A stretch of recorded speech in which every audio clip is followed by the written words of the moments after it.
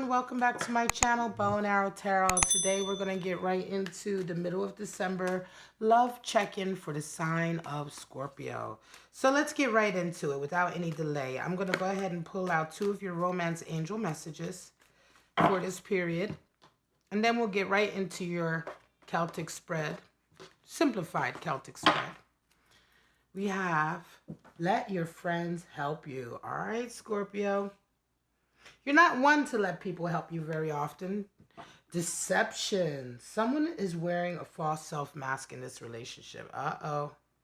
And this may be why let your friends help you has come up.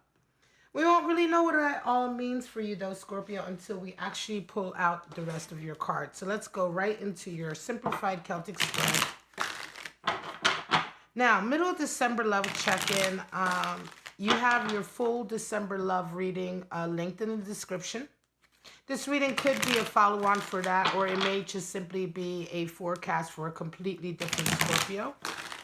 So just take what applies to you, your situation, whatever resonates with you. And if it doesn't apply, let it fly, let it go. You know, it's not for you.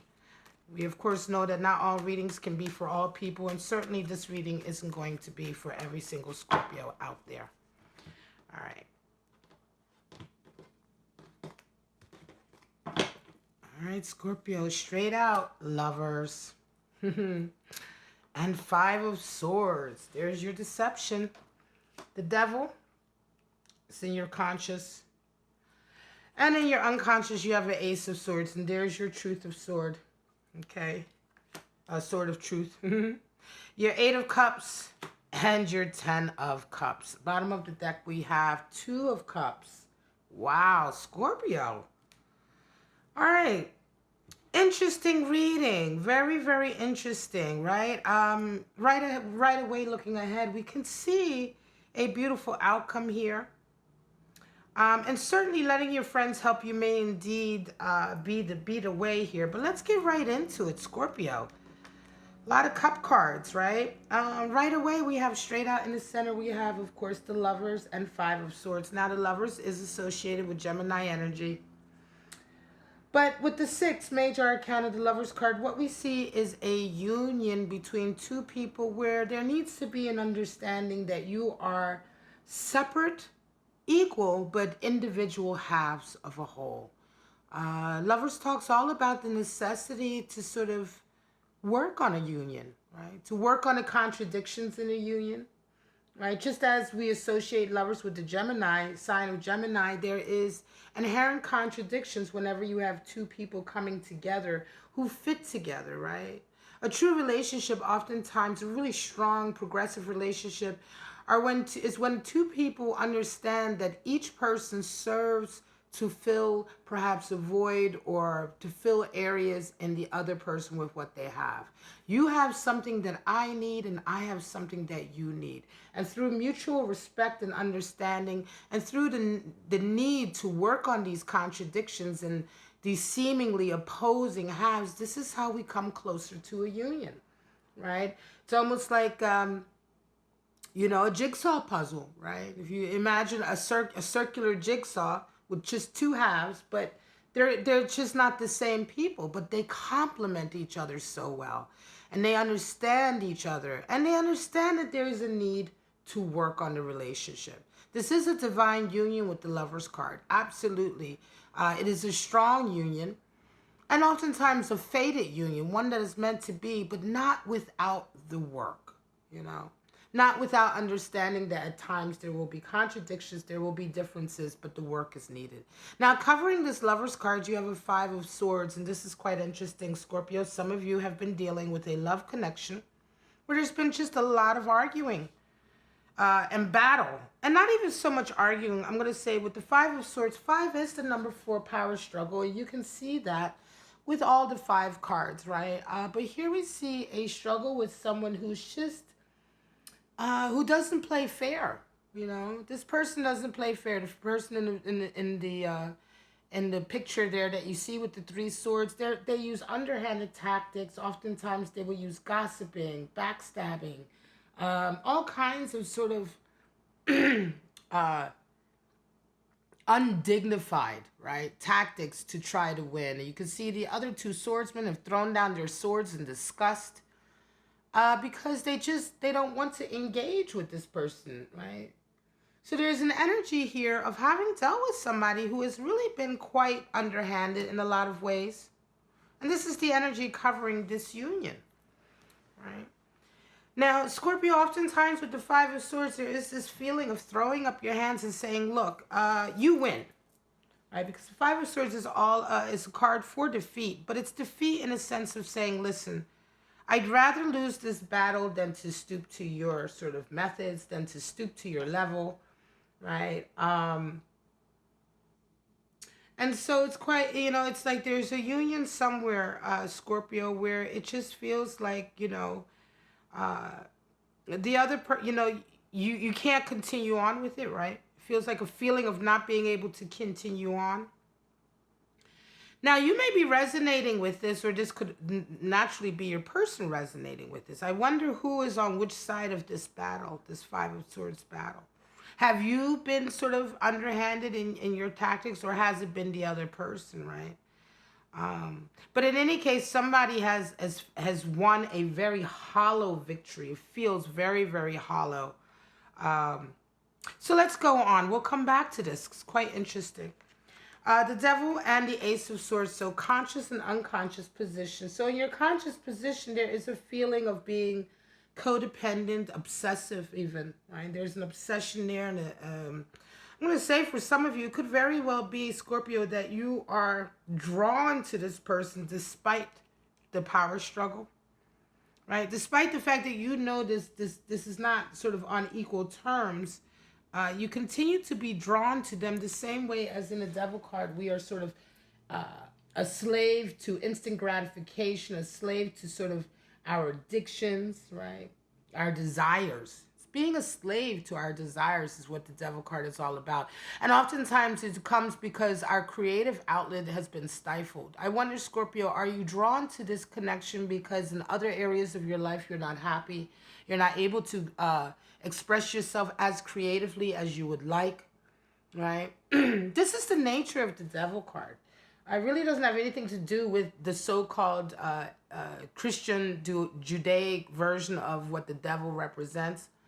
This is much more to do with, the inability to sort of express yourself on a higher level, to express your creative energy or creative desires with a higher purpose, right? A spiritual purpose, a moral purpose. And oftentimes when that happens, you still need to satisfy that urge, right? You still need to satisfy that passion. And this is where we fall into addictive behavior, codependent relationships, toxic relationships, because it's that instant gratification that we need to have over and over and over and over and over again that fills us, where if you had a more healthy outlet for your creative expression, an outlet that has a higher purpose, a higher emotional or spiritual purpose, your sense of satisfaction will be so much greater and so much more lasting, rather than this sort of very quick, very physical, very baser kind of satisfaction. And so I wonder, it feels very much like this is the case with this love connection. Now, unconsciously, you have an Ace of Swords, and I think for some of you, in the back of your mind, you're beginning to realize this is going on. You're beginning to understand what's happening here. I think because the Ace of Swords comes in when clarity shows up. When clarity and clear thinking and truth come into our lives. A feeling of vindication almost as well. It could very well be, Scorpio, that some of you have been involved in this relationship. And for some time, you may have felt that it was your fault. You may have been blaming yourself to a certain degree, right? Scorpios generally on the outside looking in don't seem to be the type of people who would blame themselves or take on any sort of guilt or or that sort of responsibility. But Scorpios are extremely sensitive people, and I think that is one of the mysteries that a lot of people don't understand. Oftentimes that hard outer shell that Scorpio has is there to really protect an extremely sensitive and deep heart. And I wonder if perhaps deep down inside you've been taking on some guilt for being in this relationship, perhaps, right? And so why I say that is because Ace of Swords, oftentimes when clarity comes in the back of your mind, when the clouds begin to separate, you begin to see a situation for what it is. And maybe you begin to see that some of this is not necessarily your fault. Of course, it's your fault if you continue to engage in it. But the nature of this sort of battle is not necessarily something that you've been instigating, right? If you're dealing with somebody who they've been the primary toxic sort of ingredient, when that realization comes in, it can feel like a vindication. Could be that friends have come in and you have had conversations with friends, because Swords is all about conversation, communication. Could be that talking with some of your friends, you've also begun to understand that in fact you may be dealing with someone where they're the ones who are the toxic individual. They're the ones who continually bring you into this sort of way of behaving. Yet you are addicted to it. There's definitely a feeling here, Scorpio, that this is a reading for a Scorpio who's kind of addicted or used to sort of toxic relationships. And it's serving a purpose for you to a certain degree. Again, though, in the back of your mind, the Ace of Swords has come in. And I think for some of you Scorpios, like I say, December is a month of a lot of blessings. And blessings can come in all forms. It can come in the form of wisdom as well. And I think for some of you, the wisdom is beginning to come in. Certainly if you've been talking with friends who have been helping you through this, the wisdom is beginning to come in to you so that you begin to understand the role that you've played in remaining in this kind of dynamic. Now, we have the Ace of Cups and the Ten of Cups. Interesting. Some of you have just recently decided enough is enough. You've decided to turn your back on these types of relationships that really don't serve you. You've decided to, Eight of Cups. It's funny. I see this card misinterpreted so badly sometimes, but 8 is the number for boundaries, and Eight of Cups is when we begin to put boundaries in place. We understand that we have been pouring too much energy. We have certainly been allowing people to suck too much energy from us in relationships and dynamics that do not give anything back to us, right? There's no, reciprocal effect. You could see how the water here is just kind of so receded, right? It's like it's like when you're at the beach and the water in the tide has gone out. Water being the universal symbol for emotions, certainly with the tarot, water is always associated with emotions. One of the things is whenever you're looking at a tarot card to look at how much water is involved or how much, ocean space is involved or the flow of the water will give you an indication. Here we see it receding. So you're pulling back your emotions, right? You're beginning to pull back and to ground yourself more. To put boundaries in place so that relationships are not sucking you dry, right? To save some of that energy for a higher level of engagement, which is another reason why the figure is cloaked in the red cloak of wisdom, red always being associated with wisdom, and is ascending, is choosing to ascend. All he needs with him is his walking stick, which is his passion, his desire to have a deeper interaction and to turn your back on these type of relationships. And this is what some of you most recently have done. You've taken I believe some of you have certainly taken heed of your friends, heed of some of this Ace of Swords energy that's come in and sort of clarified some of this situation. You've decided, enough is enough. You round out with a Ten of Cups, which is happiness and completion. And I think the moment you've made this decision, Eight of Cups, by the way, is a real actionary card. Okay, Eight of Cups is one of these cards that is, it's a deep move, right? But it's a sure move. It's when you really have made up your mind, right? You've really made up your mind. Oftentimes when you feel this energy of Eight of Cups, the universe will test you and see how strong this resolve is. But oftentimes the universe will bring an affirmation right away because this is usually such a strong decision someone has made after quite some time of pouring their energy out. And of course, you come into a Ten of Cups because very quickly, the universe, the energies in the universe will bring reaffirmation and will bring help and assistance and stability to you the moment you prove to make the right decisions for yourself. I said this in another video. The universe loves you when you love yourself. You have to really begin to digest that and understand that. This is why when we make decisions that are not in our best interest, when we continue to stay in toxic situations, I have a lot of people who will leave me comments and talking about they remain in unhappy relationships, but they pray for the universe to bring them someone better. The universe is not going to bring you a lover if you make no steps for yourself to get out of your own toxic situation. The idea that you continue to stay in marriages and relationships for years and years and years and years unhappily, but secretly you are praying for the universe to bring you the love of your life. The universe is not going to waste an entire person, an entire soul on someone who's not willing to take the steps to free themselves from their own toxic situation, which is why oftentimes these prayers go unanswered for years. It doesn't work that way. If you're too afraid to leave a situation and you want the universe to bring you that perfect lover so then you can just springboard from one shitty situation into a perfect situation, you're deluding yourself, because it just doesn't work that way. All right. Now, the moment that you take the intentional step, the moment you make the decision to get yourself out of a fucked up situation, that is when the universe will bring to you your completion. That is when the universe will begin to offer you something better. But why waste something on someone who's not willing to put the effort in themselves? The universe is not about wasting. Remember, I am a physicist in my other life, and energy is never lost nor is it gained. It is not wasted. Certainly. And that would be a waste. And think about it this way. Why would a healthy soulmate want to engage with somebody who's currently in a toxic relationship? Why would they want to bring such toxicity into their lives? It's not fair to them. And so this idea that you can go ahead and springboard from one crap situation to some great situation is just foolish. It's just foolish, it's futile, and it just doesn't work that way, right?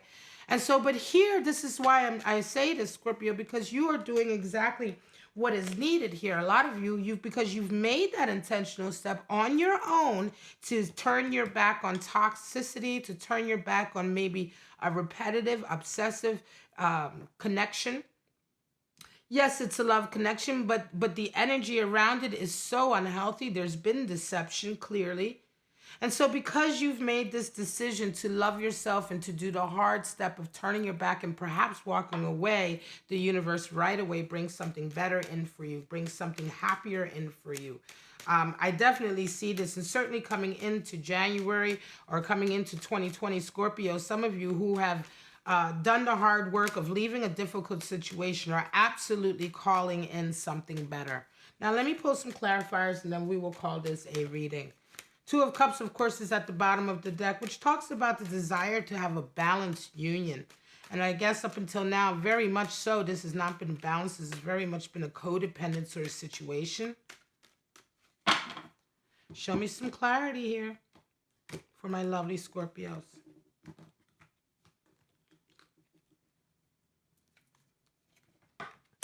Futility. What did I say?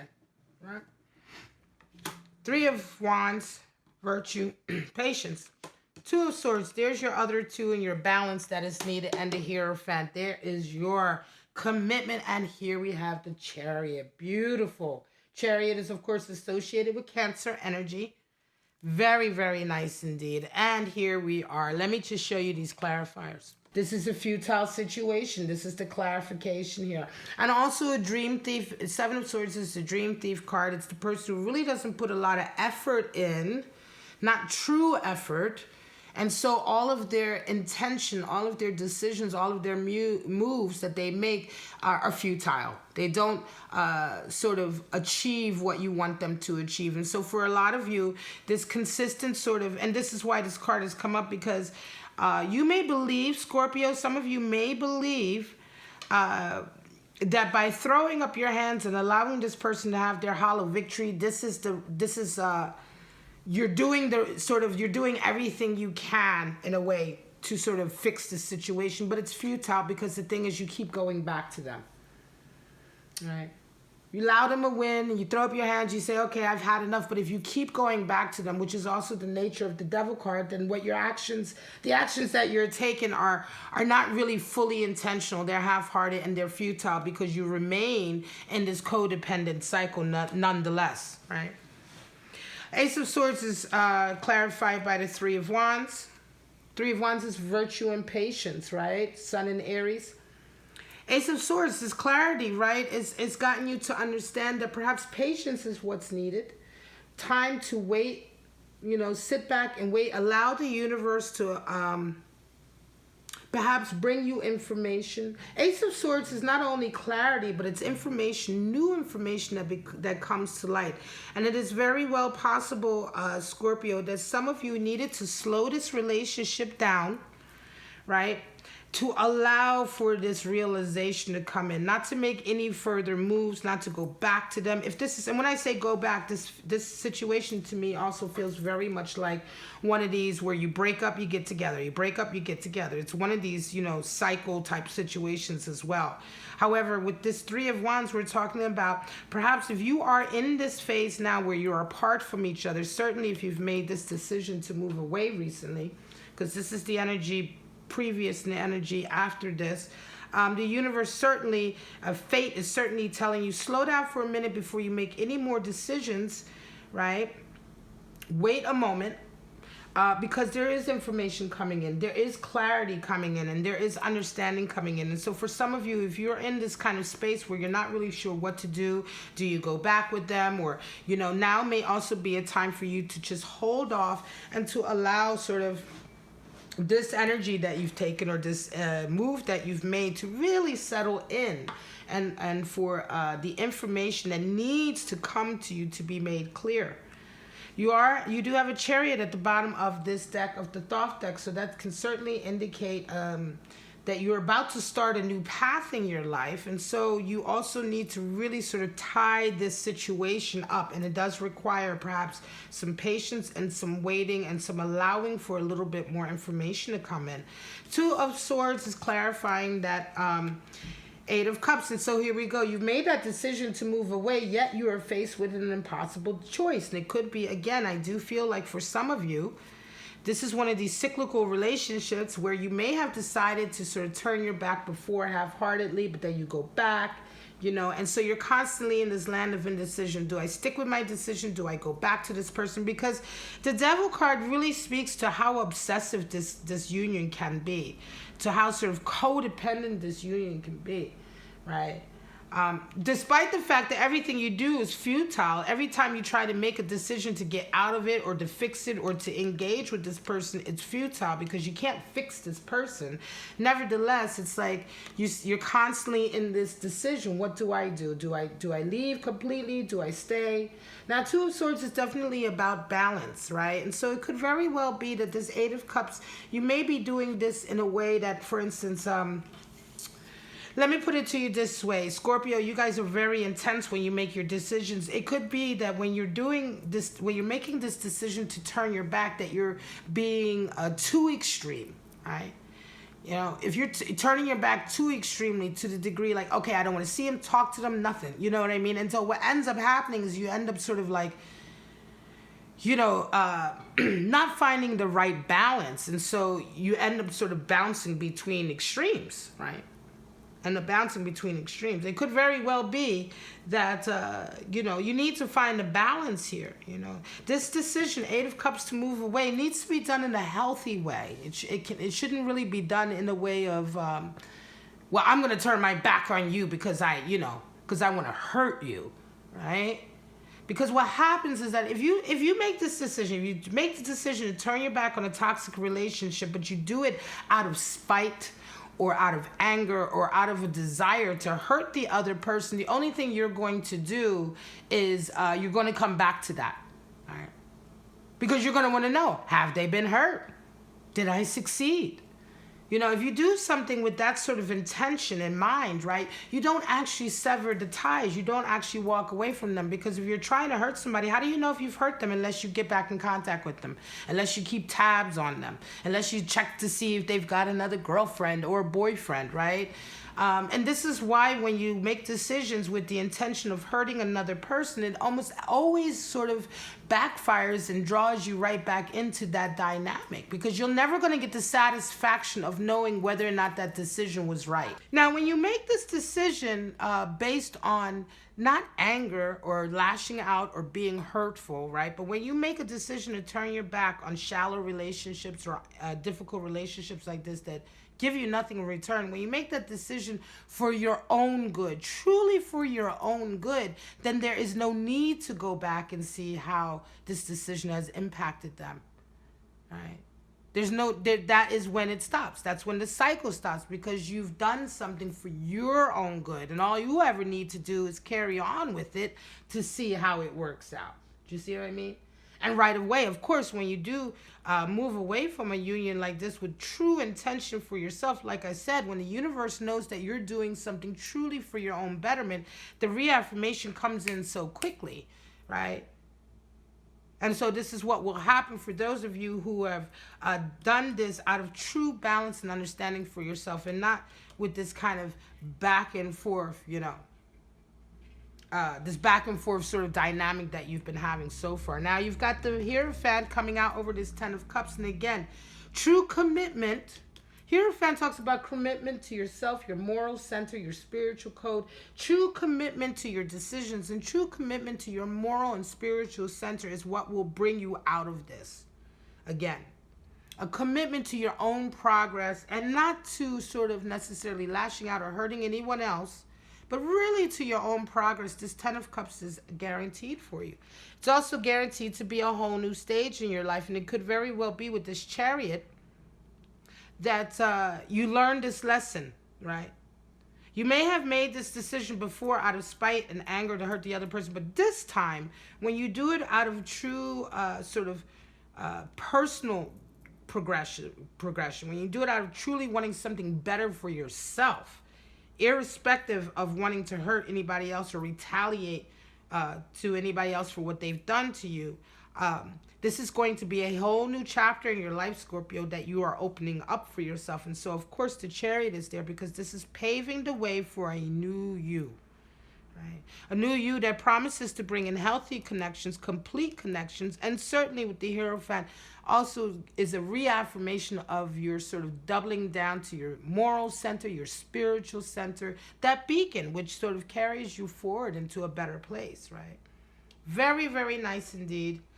Some of you Scorpios are absolutely maturing in this relationship. You're changing, and you are letting go, and you are learning how important it is to take responsibility for your decisions, and really to have the right intention when you decide to leave a union, and when you decide to also, take responsibility for how you have impacted the cyclical sort of dynamic that you've been in, and stopping it.